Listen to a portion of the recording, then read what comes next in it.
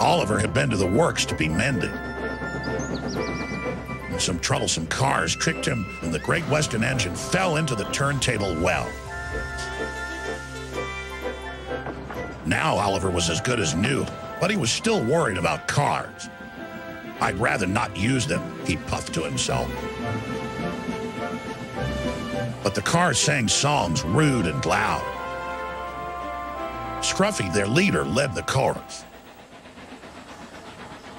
"Oliver's no use at all, thinks he's very clever, says that he can manage us, that's the best joke ever. When he orders us about with the greatest folly, we just push him down the well.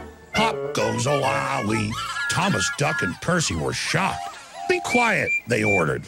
But they couldn't be everywhere, and everywhere they weren't, the cars began again. "Oliver is no use at all, thinks he's very clever, says that he can manage us, that's the best joke ever."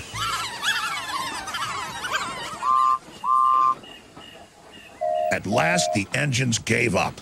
"We're sorry, Oliver," they said. "It's really my fault," said Oliver sadly. "I shouldn't have fallen in the turntable well." Toad, the brake van, felt sorry for Oliver, too. Next morning, he spoke to Douglas. "I'm worried, Mr. Douglas. This disrespect for engines, where's it going to end?" "Who knows?" sighed Douglas. "I've got a plan, Mr. Douglas. May I stay here today and help Mr. Oliver? We are both Great Western and must stand together."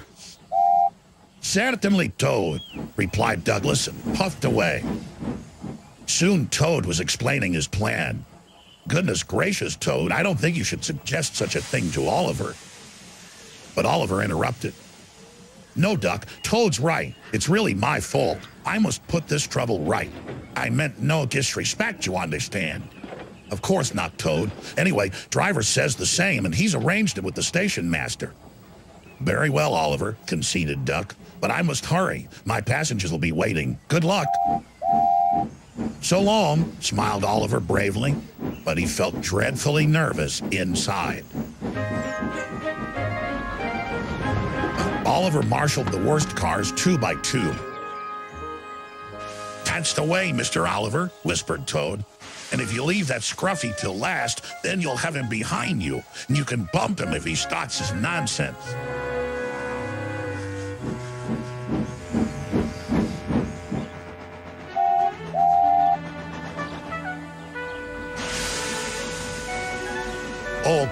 All back," whispered Scruffy, "and pass the word to the others." The silly cars gibbled. But Oliver knew what to do. There was plenty of sand on the rails, and his wheels gripped splendidly. He gave a great heave. "Oh!" groaned Scruffy. "I don't like this." "Go on," yelled Duck. "Well done, boy, well done." "Oh!" wailed Scruffy.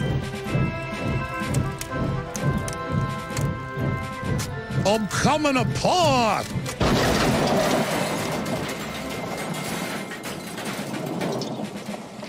And he did.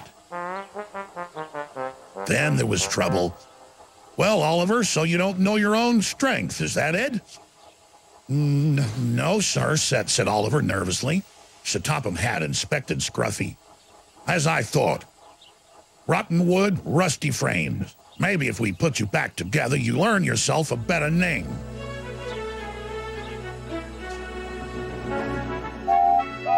Nowadays, Oliver only takes the cars when the other engines are busy.